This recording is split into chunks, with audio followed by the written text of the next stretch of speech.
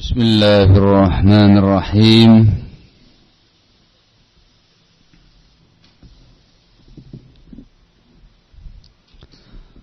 Alhamdulillah. Wassalatu wassalamu ala Rasulillah wa ala alihi wa sahbihi wa mawalah. Amma ba'du, ikhwana fiddin azzakumullah. Telah dijelaskan pada majelis kedua beberapa ragam dan bentuk permusuhan iblis, para syayatin terhadap Bani Adam. Ada waswasah, dan yang kedua al-mu'adzah, mengganggu mereka dengan ragam gangguan. Bisa dalam bentuk dia menjelma menjadi sesuatu, entah itu manusia atau ke hewan ataukah burung ataukah yang lainnya, untuk menakut-nakuti Bani Adam, bahkan mengganggu Bani Adam, memukul Bani Adam, menculik Bani Adam. Terakhir yang disebutkan membakar bahkan Bani Adam. Ragam yang berikutnya, macam yang berikutnya dari macam-macam gangguan iblis terhadap Bani Adam ialah sariqatu amwalin nas liyusiluha ila man yuhibbun min syayatinil ins. Jin-jin tadi mencuri harta benda manusia, lalu diberikan kepada orang-orang yang mereka cintai dari setan manusia. Berarti ada konspirasi antara setan manusia dengan jin. Jin-jin ini sebagai khodam yang diminta untuk mencuri harta benda Bani Adam, hasilnya diberikan kepada setan manusia, tukang sihir, dukun, dan semisalnya. Ini perkara yang sangat masyhur di kalangan kaum muslimin. Jin itu juga mencuri uangnya manusia. Syekhul Islam rahimahullahu ta'ala ketika menceritakan salah seorang yang sesat pada masa beliau, sang pendusta besar di masa beliau, seorang dajjal pada masa beliau, menceritakan tentang keadaan dia ini, kata beliau, disebutkan di Majmu' Fatawa juz yang ke-35 halaman 114. Beliau mengatakan tentang tokoh yang menyimpang tadi, wa kana ahyanan ta'tihil jin bidarahim wa ta'am tasriquhu minan nas. Terkadang barakallahu fikum, orang yang sesat tadi diberi uang oleh jin. Jin datang kepadanya membawa dirham, membawa uang, membawa makanan yang dia curi dari Bani Adam. Hatta inna ba'dan nas kana lahu tinun fi kuwarah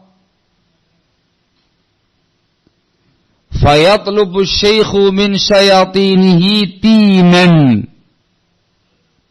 fayahdurunahu lahu fayatlubu ashabul kuwaratin fawajaduhu kadzahab. Sampai ada sebuah peristiwa, kata beliau rahimahullah, ada sebagian orang memiliki buah tin. Tahu buah tin ya? Buah tin ditaruh di sebuah tempat namanya kuwarah. Ini tempat untuk penyimpanan buah. Nah, orang yang menyimpang tadi minta dari khodam dia, dari setan jin, meminta supaya didatangkan buah tin. Tidak lama dihadirkan, ini buah tinnya. Ternyata orang yang tadi punya buah tin disimpan di tempat buah tadi itu kehilangan buatin tadi. Artinya apa? Dicuri oleh jin-jin khodam-khodam tadi, kemudian diberikan kepada orang yang mencintai mereka. Dari kalangan dukun-dukun dan yang lain-lainnya, atau para syekh-syekh yang menyimpan dedemit. Barakallahu fikum. Juga beliau rahimahullah disebutkan di Majmu' Fatawa juga di juz yang pertama halaman 249 ketika menjelaskan tentang karomahnya para sahabat. Karomahnya para sahabat. Beliau mengatakan wa kadzalika lam yakun fihim man hamalathul jin ila Makkah wa dhahabat bihi ila Arafat liyaqifa biha. Begitu pula kata beliau, tidak ada di tengah-tengah para sahabat seorang sahabat yang dibawa jin ke Mekah, dibawa ke Arafah untuk wukuf di sana. Tidak pernah ada di zaman sahabat. Kama fa'alat dzalika bi katsirin minal juhal wal 'ubbat wa ghairihim. Sebagaimana jin-jin tadi berbuat demikian pada orang-orang jahil yang sok ahli ibadah dan semisalnya selain sahabat, mengaku, oh saya dibawa sama jin langsung ke Mekah, oh saya langsung ke Mekah, saya langsung ke Arafah, saya itu orang sini tapi subuhannya di Mekah. Itu orang bodoh kata beliau. Sahabat tidak ada yang semacam itu. Wala kana fihim man tasriqul jinnu amwalan nasi wa ta'amahum wa ta'tihi bihi fayadhunnu anna hadha min babil karamat. Juga tidak ada di kalangan para sahabat yang memiliki jin-jin mencuri harta bendanya Bani Adam, mencuri makanannya mereka, lalu didatangkan kepada sahabat tadi dan dia mengira di karamatnya wali. Tidak ada. Ini menggambarkan barakallahu fikum. Yang pertama, jin-jin tadi biasa, perkara yang masyhur di kalangan umat manusia, biasa mencuri hartanya orang, mencuri makanannya orang, diberikan kepada orang-orang jahil, orang-orang yang ahli ibadah, yang menjadikan mereka sebagai khodam-khodamnya.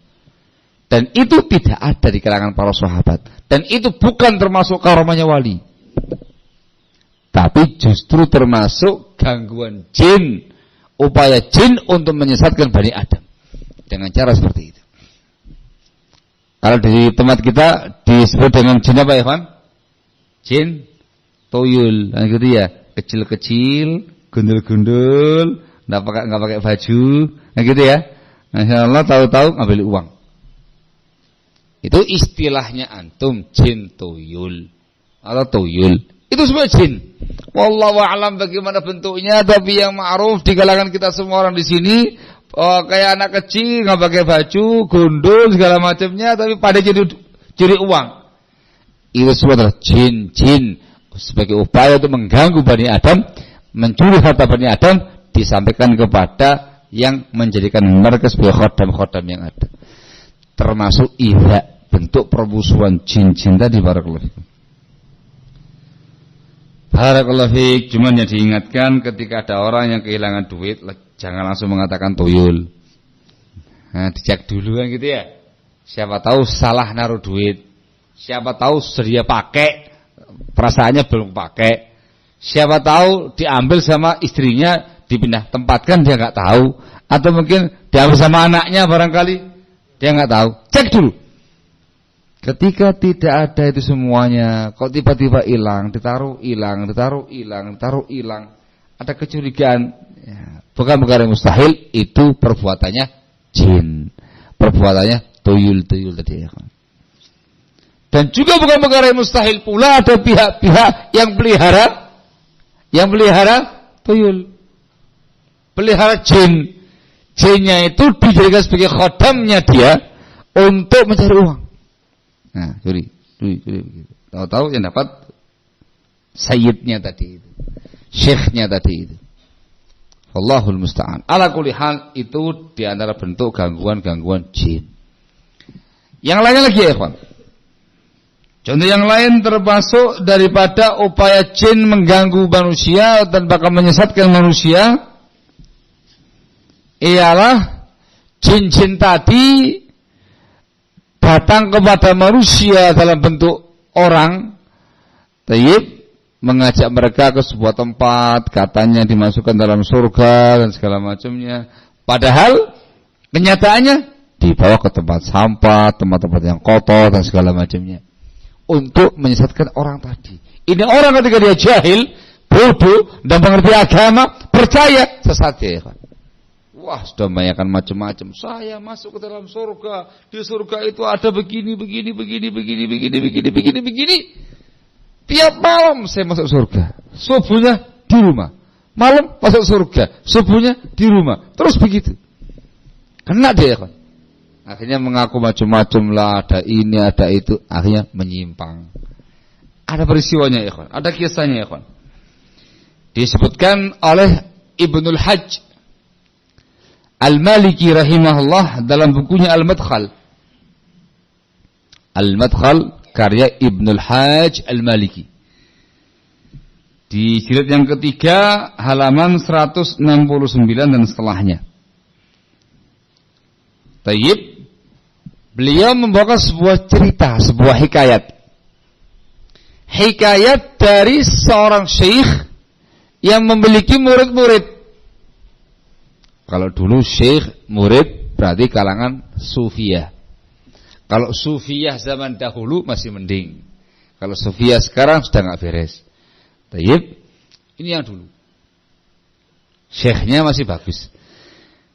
Diceritakan terkait dengan salah seorang muridnya ini.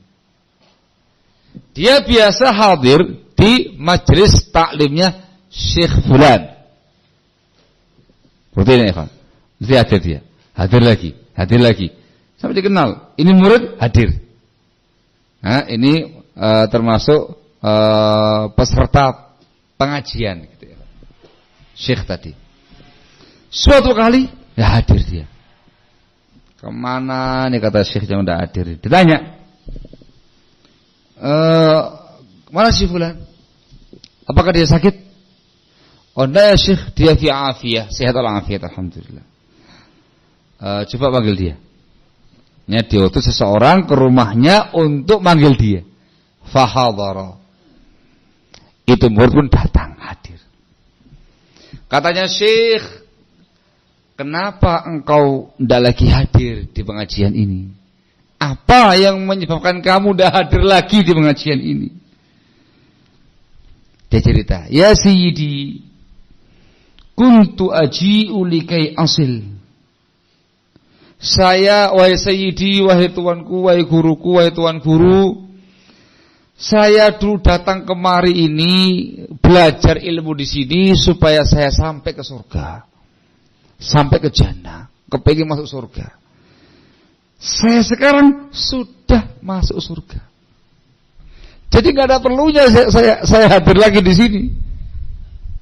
Hajatku terpenuhi, aku sudah masuk surga. Syekhnya bingung ini, masuk surga. Ini dunia ini. Tanya, kaifa usuluka ilaiha? Coba, gimana kamu kok bisa sampai dalam surga itu?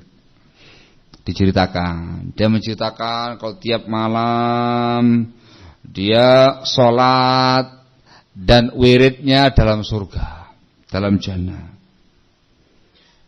Bingung lagi dia, sholat malam, wiridnya dalam surga. Bilang lagi siangnya nih, surga kok ada sholat malamnya gitu loh.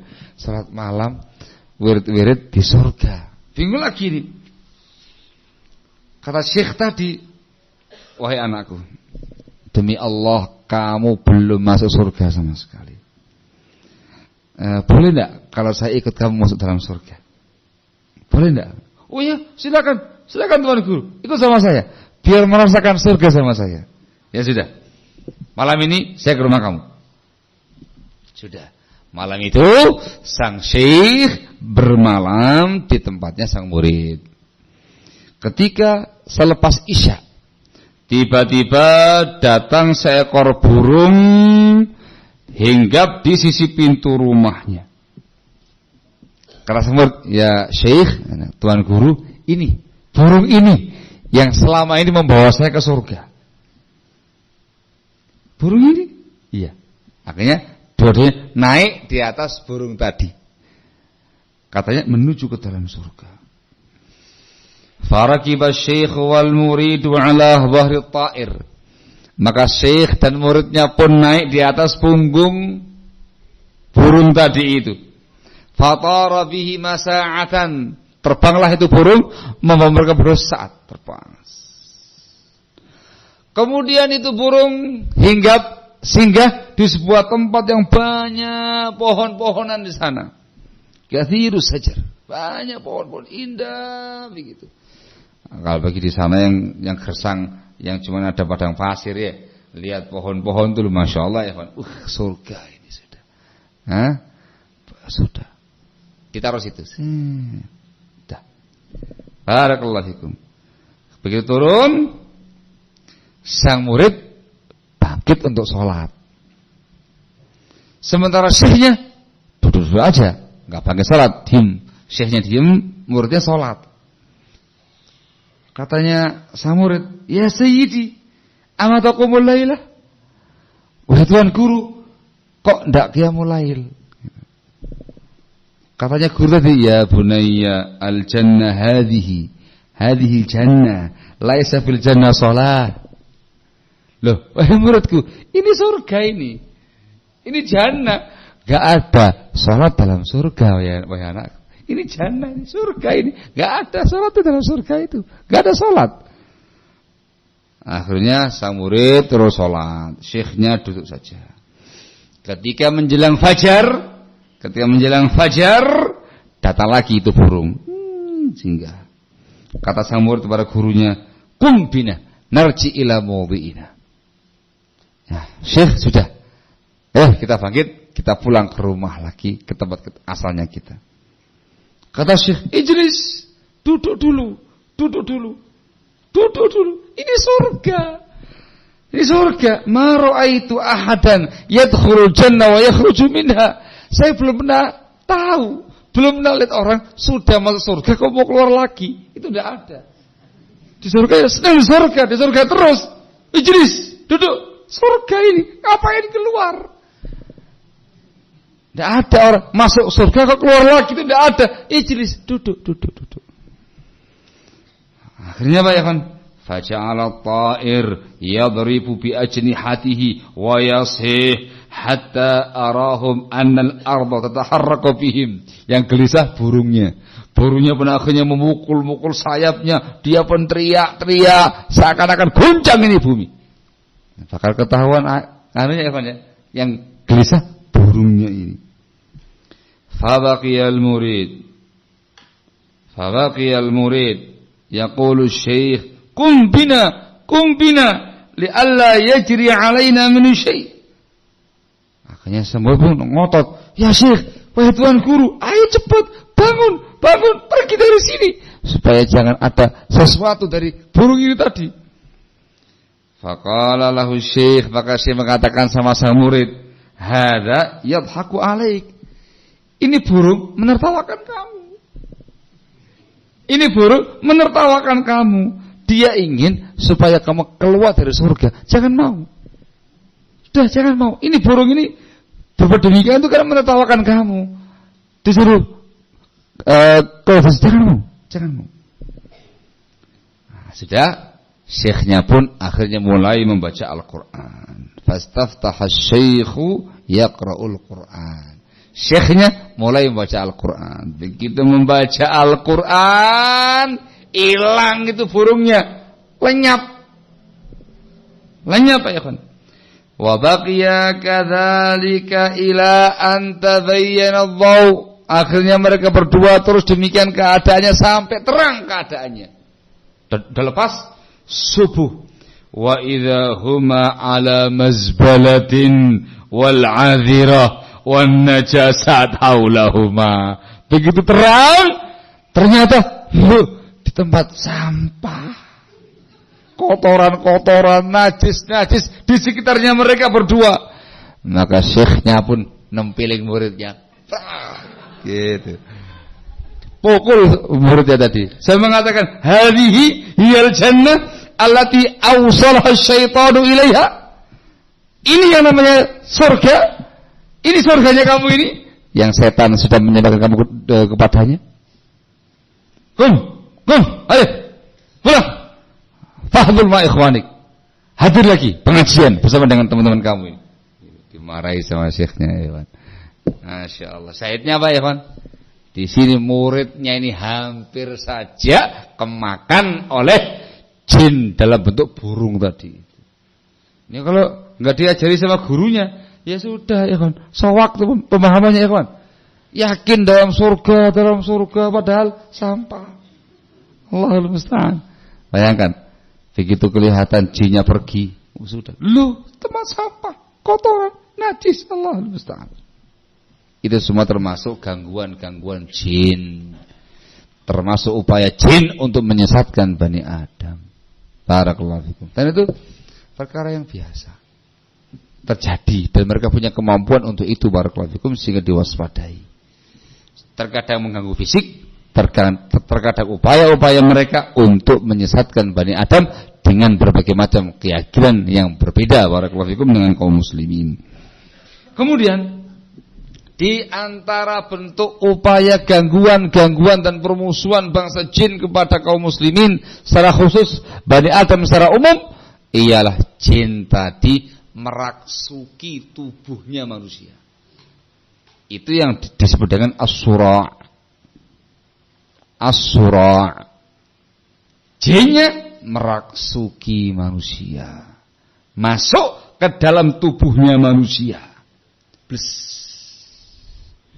Diganggu di situ, disiksa di situ. Ini yang dibahasakan dengan manusia yang kerasukan jin. Itu termasuk upaya jin mengganggu bangsa manusia. Barakallahu fikum. Baik, ikhwan. Terkait dengan masalah jin masuk ke dalam jasadnya manusia, ini merupakan akidah Ahlus Sunnati wal Jamaah. Tidak ada yang mengingkari bab ini kecuali beberapa sekte, beberapa orang dari sekte Mu'tazilah. Barakallahu fikum. Disebutkan oleh Syekhul Islam disebutkan dalam Majmu' Fatawa juz yang ke-24 halaman 277. Kata beliau Syekhul Islam rahimahullahu taala, wa laisa fi a'immatil muslimin man yunkiru duhulal jinni fi badadil masru' wa ghairihi. Tidak ada seorang pun dari kalangan imam-imam kaum muslimin, tokoh-tokoh muslimin yang mengingkari masuknya jin ke dalam badan manusia yang kerasukan tadi atau yang lainnya. Dan mengingkari. Wa man ankara dzalik wa da'a anna syar'a yakdzibu dzalik faqad kadzaba 'ala asy-syar' wa laysa fil adillati syar'iyyah ma yanfi dzalik. Dan barang siapa yang mengingkari hal itu, mengingkari jin bisa masuk ke tubuhnya manusia, atau dia mengaku syariat mendustakan hal tersebut, maka sungguh dialah yang berdusta atas nama syariat. Tidak ada pada hujjah syar'iyyah yang menafikan hal itu. Disebutkan Syibli rahimahullah, yang mengingkari hal itu adalah sejumlah orang dari sekte Mu'tazilah, semacam Al-Jubai, Abu Bakar Ar-Razi, Muhammad bin Zakaria At-Tabib, dan yang lain-lainnya. Barakallahu fikum. Ini semua ya ikhwan dikatakan sama beliau ghalat, wa hadzal ladzi qaluhu khata'. Pendapat mereka pendapat yang salah. Barakallahu fikum. Yang benar apa yang disampaikan oleh semua a'immah, semua ulama kita yang mengatakan jin bisa masuk ke dalam jasadnya manusia. Semua dengan kehendak Allah Azza wa Jal. Jin diberi kemampuan untuk merasuki manusia. Barakallahu fikum. Ada beberapa dalil ya kawan. Ada beberapa dalil, barakallahu fikum, yang menunjukkan bahwasanya jin ini bisa masuk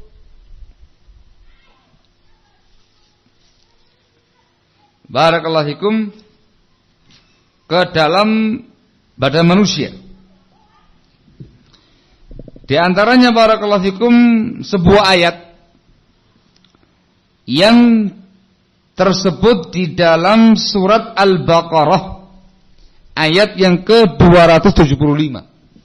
Allah Subhanahu wa taala berfirman tentang orang-orang yang memakan harta riba di dunia ini. Disebutkan ancamannya nanti di yaumul qiyamah. Allah mengatakan alladzina ya'kuluna ar-riba la yaqumuna illa kama yaqumul ladzi yatakhabbathu asyaitanu minal mas. Yang artinya sesungguhnya orang-orang yang memakan harta riba di dunia ini, di hari kiamat nanti mereka tidaklah bangkit kecuali seperti bangkitnya orang-orang yang kerasukan jin, yang kerasukan syaitan. Diriwayatkan dari Ibnu Abbas radhiyallahu anhuma, juga dari Auf bin Malik, Sa'id bin Jubair, As-Suddi dan yang lain-lainnya menyatakan akilur riba yub'atsu yaumal qiyamati majnunan yukhnaq. Orang yang memakan harta riba di hari kiamat nanti dibangkitkan dalam keadaan seperti orang gila, orang yang kerasukan jin yang tercekik. Jadi kayak orang kena jin. Al-Imam Ibnu Katsir rahimahullah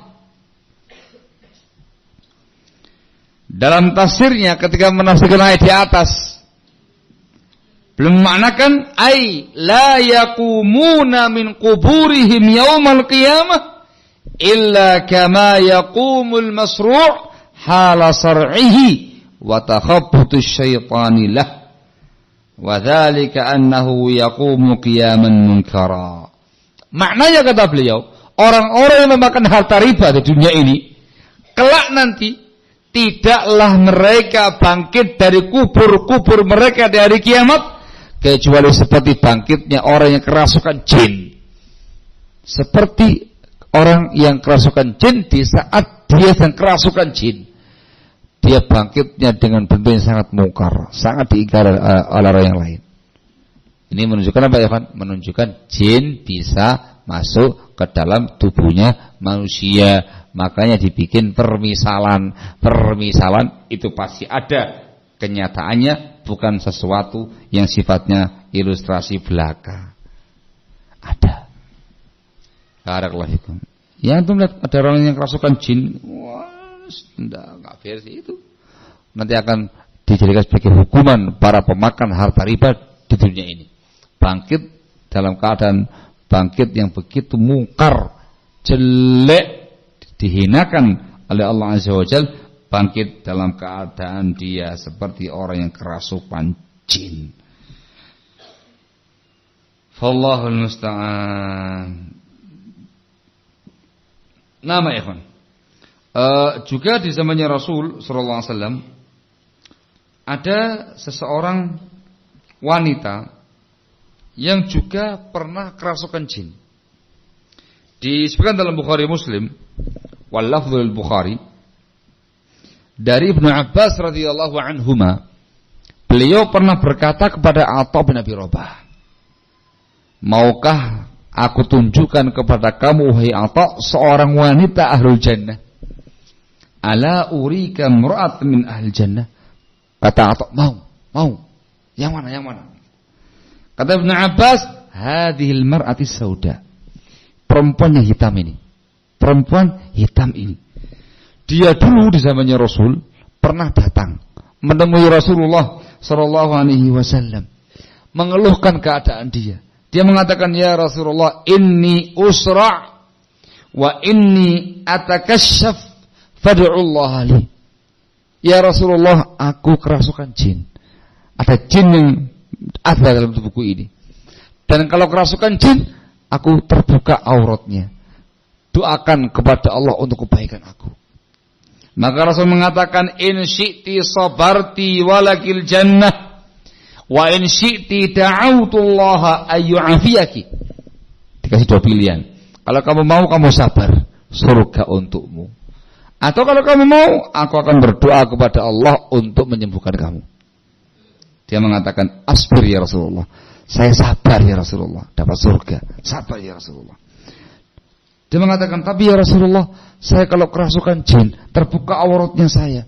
Doakan kepada Allah supaya kalau aku kerasukan, tidak sampai terbuka auratnya. Maka tidak didoakan oleh Rasulullah SAW. Disebutkan dalam keterangan syarahnya, itu perempuan namanya Ummu Zufar. Kata Al-Hafidh Ibnu Hajar rahimahullah, beliau terkena kerasukan jin, sar'ul jin. Bukan sar'ul khalat, bukan orang yang gila, hilang ingatan, bukan. Tapi beliau terkena jin, kerasukan jin. Itu zamannya Rasul sudah ada, ya kan. Menunjukkan apa, ya kan? Perkara yang ada wujudnya, ada nyatanya. Barakallahu fikum. Nah, ya kan. Ala kulli hal, barakallahu fikum. Ini perkara yang wadih, diimani oleh Ahlus Sunnah wal Jamaah dan merupakan pendapat semua ulama kita, tidak ada yang mengingkarinya kecuali sekte sesat yang namanya Mu'tazilah dan beberapa tokoh-tokoh mereka yang menyimpang. Barakallahu fikum. Intinya masuk. Intinya masuk. Bisa masuk ke dalam jasadnya manusia. Barakallahu fikum. Ikhwan fillah azakumullah. Disebutkan oleh Syekhul Islam rahimahullah, jin itu masuk ke dalam tubuhnya manusia. Ada beberapa alasan. Ada beberapa sebab. Beberapa sebab. Barakallahu fikum. Di antaranya, ya kawan, dan ini yang paling sering, dan ini hukum asal, jin itu memasuki badan manusia Bani Adam dalam rangka untuk menyakitinya, dalam rangka untuk menyakitinya, mengganggunya. Kalau bisa dibikin dia mati karenanya. Sengaja atau nggak sengaja. Wallahul musta'an. Disebutkan dalam kitab At-Tafsirul Kabir di jilid yang keempat, halaman 265, Syekhul Islam menjelaskan sebab kenapa manusia kerasukan jin. Beliau mengatakan wataratan yakunul insiyu adahum idza bala alaihim aw sabba alaihim ma'an harra aw yakunu qatla ba'dihim aw ghaira dhalika min anwa'il adha wa hadha ashaddu as-sar' wa kathiran ma yaqtulunal masru'. Terkadang sebabnya itu adalah sang manusianya tidak sengaja atau sengaja menyakiti jin tadi. Entah mengencingi dia, atau menuangkan kepada mereka air yang sangat panas, atau membunuh sebagian mereka, atau semisalnya. Kadang sengaja, kadang tidak sengaja. Misalkan itu lagi buang air panas, dibuang keluar rumah, tahu-tahu kena jin. Panasan, ngamuk tuh jinnya, ya. Akhirnya ya, misalkan antum kebelet pipis tengah jalan, nggak ada pom bensin, nggak ada masjid, akhirnya kan menepi, air pipis di pinggir jalan. Tahu-tahu jin itu kamu kencingi dia, gitu.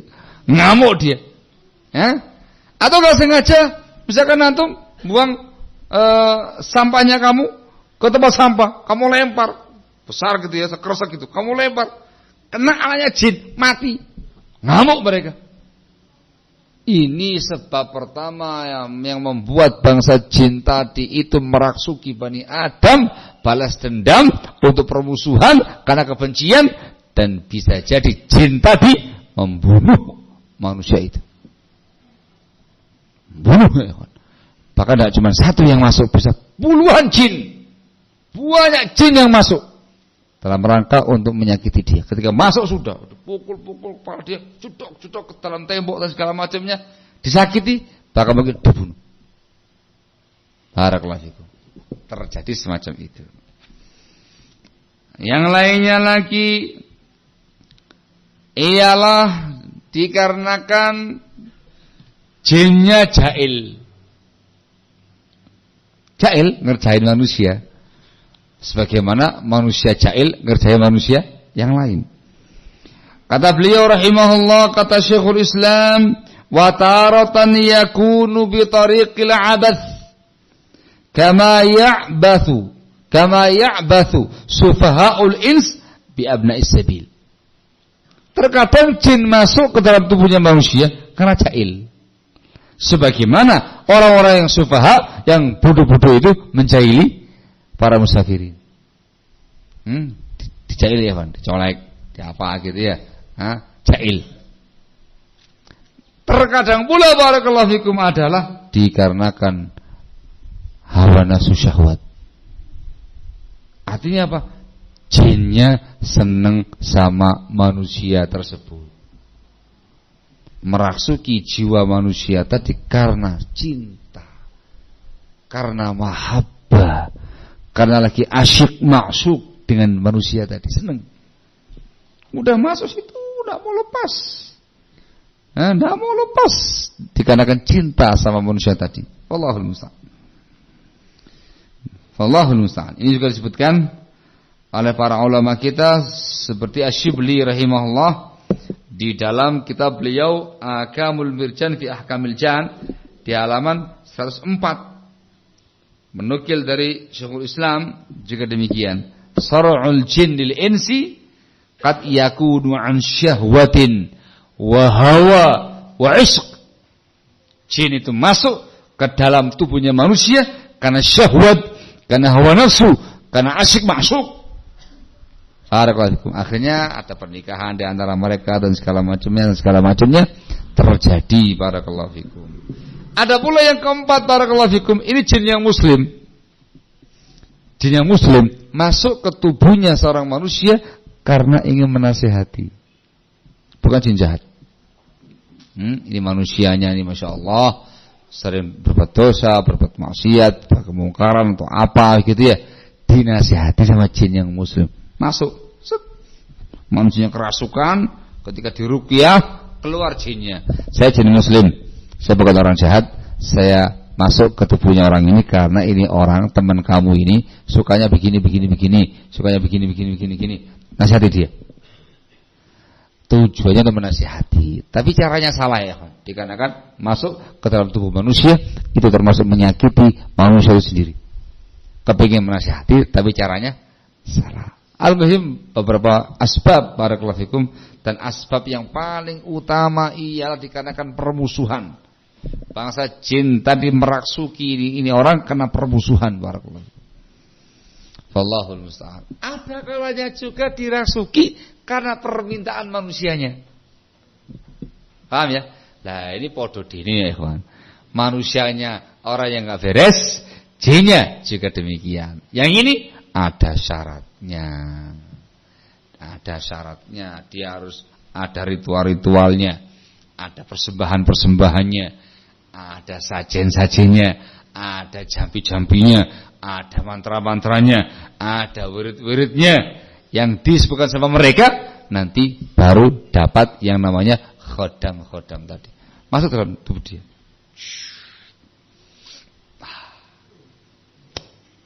Jadi orang kuat. Kalau dia kerja nggak kenal lelah, yang lainnya angkat batu 1 dia 10, yang lainnya naik ke atap itu pakai tangga pelan dia, tahu-tahu naik ke atas, dan segala macamnya masuk dikarenakan permintaan dari manusianya tadi. Yang ini kesyirikan. Tidak usah pakai diganggu, sudah berhasil mengganggu Bani Adam tadi, masuk dalam jurang-jurang kemusyrikan dan kekufuran. Barakallahu fikum, na'udzubillahi min dzalik. Ini banyak asbab ya kan. Banyak asbab barakallahu fikum yang membuat jin-jin tadi masuk ke dalam tubuhnya manusia. Naam, sehingga permusuhannya sangat banyak. Ya, permusuhannya sangat banyak. Ragamnya juga sangat banyak. Modelnya juga sangat banyak. tujuan intinya adalah menyesatkan Bani Adam. Ketika itu anak Adam masuk dalam jurang kesyirikan, berhasil. Jurang kekufuran, berhasil. Jurang bid'ah, berhasil. Jurang kemaksiatan, kefasikan, kefajiran, berhasil. Tidak berhasil, disiksa, dianiaya, dipukul, dibakar, dan segala macamnya. Barakallahu fikum. Bahkan dibunuh. Ini semua bentuk adawah. Bentuk adawah, permusuhan Bani Adam, barakallahu fikum. Permusuhan jin kepada Bani Adam, barakallahu fikum. Dan ada lagi jenis permusuhan yang berikutnya. Kalau tadi kan waswasah, yang kedua al-mu'adzah. Ada lagi yang ketiga, barakallahu fikum, ialah permusuhan bangsa jin terhadap Bani Adam melalui setan-setan bangsa manusia yang namanya tukang-tukang sihir, tukang-tukang teluh, tukang-tukang tenun, dukun-dukun jahat, maksudnya jahat, dan yang semisalnya, melalui yang namanya praktek sihir. Dalam bahasa kita, dalam bahasa Islam namanya sihir. Dalam bahasa yang lainnya, entah dikasih nama pertenung, entah dikasih nama teluh, entah dikasih nama apalagi apa? Itu orangnya namanya Pak. Sihirnya disebut dengan santet. Dan yang lain-lain. Itu semuanya masuk dalam kategori yang namanya sihir. Barakallahu fikum. Ini juga begitu. Mengandung unsur permusuhan.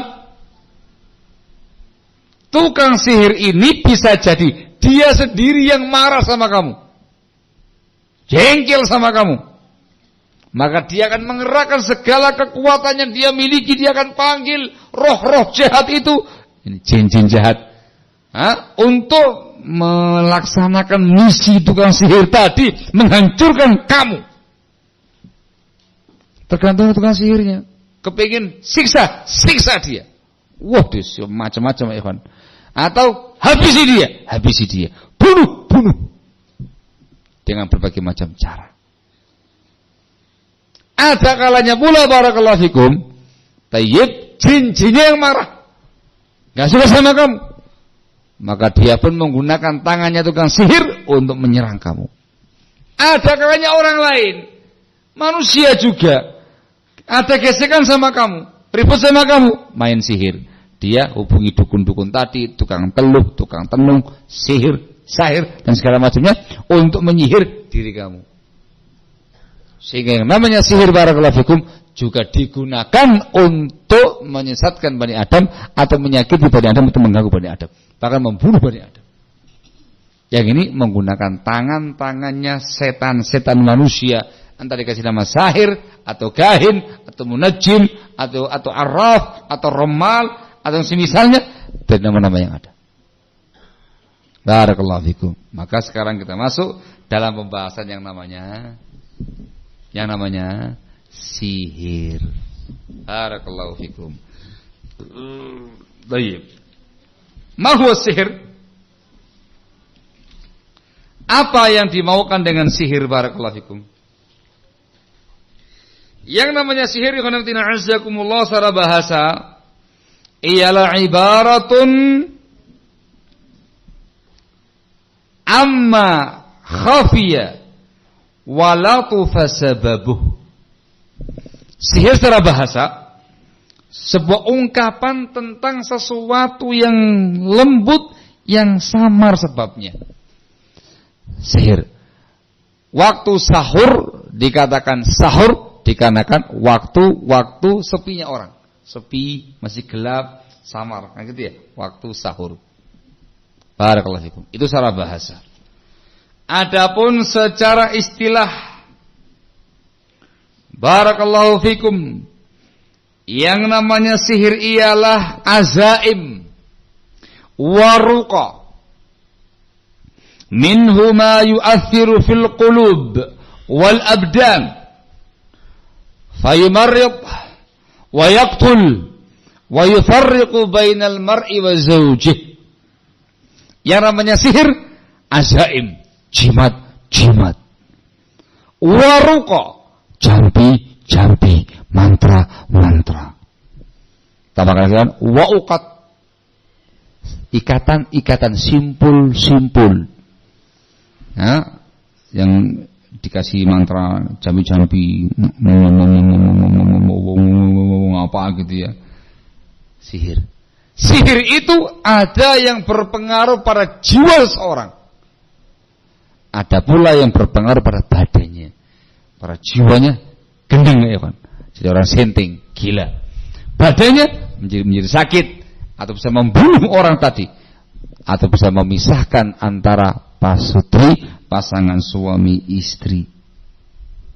Allah mengatakan dalam firman-Nya di Al-Baqarah ayat yang ke-102, fayata'allamuna minhuma ma yufarriquna bihi bainal mar'i wa zawjihi. Dan mereka mempelajari daripada keduanya, Harut wa Marut, apa-apa yang dengan itu mereka bisa memisahkan antara orang dengan istrinya. Itu sihir yang bisa memisahkan suami istri. Barakallahu fikum. Sehingga dari sini prinsipnya Ahlus Sunnati wal Jamaah, akidahnya Ahlus Sunnati wal Jamaah, as-sihru haqqun. Yang namanya sihir itu hak, ada wujudnya, haqqun. Yang kedua, as-sihru lahu ta'thir. Yang namanya sihir memiliki pengaruh. Tentunya biqudratillahi ta'ala wa iradatih, dengan kehendak Allah dan kekuasaan Allah Azza wa Jalla. Sihir bisa berpengaruh, bisa mempengaruhi kejiwaan orang yang disihir. Stres, gendeng, senting dan segala macamnya. Tayyib, bisa pula mempengaruhi fisiknya. Jadi sakit, terbunuh dan segala macamnya bisa. Ini semua ikhwan dengan takdir dari Allah Azza wa Jalla. Barakallahu fikum. Kemudian yang namanya sihir, bentuknya ada unsur jimat-jimat, ada unsur jampi-jampi, mantra-mantra, ada unsur simpul-simpul yang dikasih mantra. Sihir barakallahu fikum terkadang ada bukhul-bukhulnya yang disimpan untuk memperkuat dan memperkokoh sihirnya mereka. Barakallahu fikum. Ini yang disebutkan dalam Al-Qur'anul Karim dalam surat Al-Falaq. Qul a'udzu birabbil falaq min syarri ma khalaq wa min syarri ghasiqin idza waqab wa min syarri naffatsati fil 'uqad wa min syarri hasidin idza hasad. Berkata wa min syarri naffatsati fil 'uqad, dan dari kejahatan perempuan-perempuan yang meniup-niup pada simpul-simpul tadi. Itu perbuatannya tukang sihir. Jadi kalau dia kepingin menyihir seseorang, barakallahu fikum, diambil apapun yang terkait dengan dia. Entah itu rambutnya, entah itu apanya terkait dengan orang tadi. Atau dia mau bikin semacam gambar orang tadi itu, digambar, dilukis, atau dibikin boneka-boneka, atau dibikin model kayak kayu-kayu gitu, terkait dengan dia, disihir. Kalau misalkan dia kepingin mempengaruhi pada kejiwaannya di bagian kepalanya, begitu, set, kirim. Setnya itu apa ya? Jinnya dikirim, jin untuk mengganggu tadi, kepalanya begitu. Kalau Allah menghendaki kena kepalanya. Barakallahu fikum. Paham insyaallah ya? Nah, kalau enggak dikehendaki, ya enggak tembus. Ternyata yang disihir orangnya kuat. Masya Allah, soleh, beriman, bertakwa, banyak berzikir kepada Allah Azza wa Jalla. Bentengnya kuat, enggak tembus-tembus itu. Wah, semakin mantranya semakin dikuatkan. Gitu ya, kuat-kuatan. Ternyata enggak tembus, balik.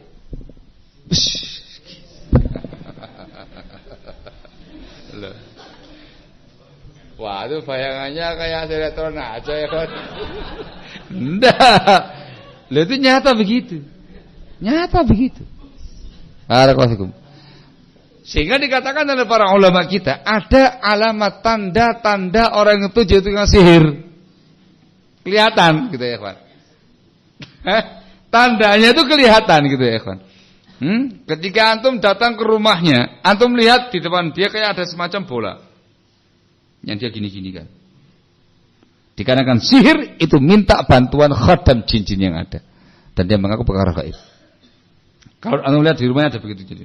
Ada mantranya sihir sudah. Ada sahir, dukun sudah ya. Kelihatan. Ciri-ciri yang lain, begitu masuk ke rumahnya dia tanya, langsung ngomong, namamu Fulan bin Fulan. Kamu dari Ulin.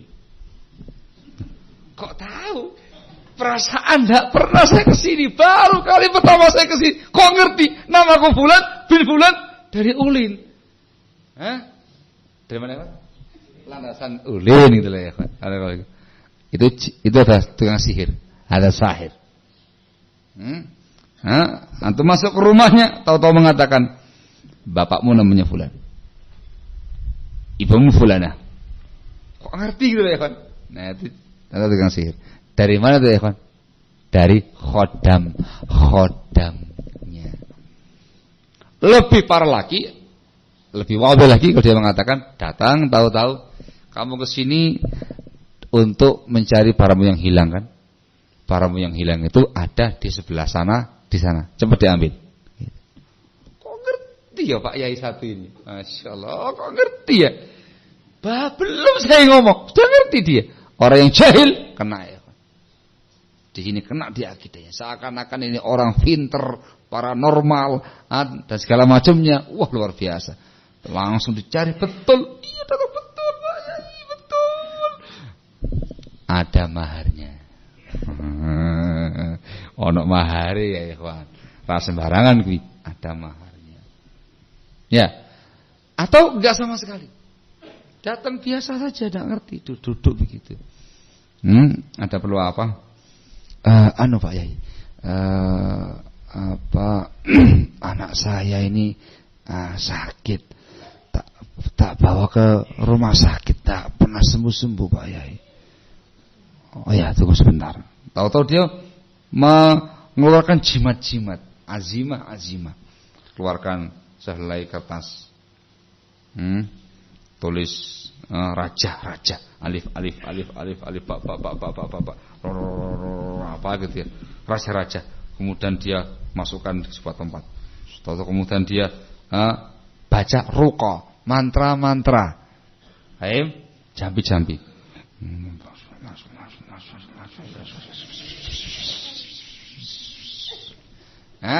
Kayak gitu ya. Tahu-tahu dia mengatakan, sudah. Bawa ini kalungkan di leher anakmu. Nanti pagi dan sore ini kamu taruh di air. Nanti airnya kamu minumkan ke anak kamu pagi dan petang. Dukun.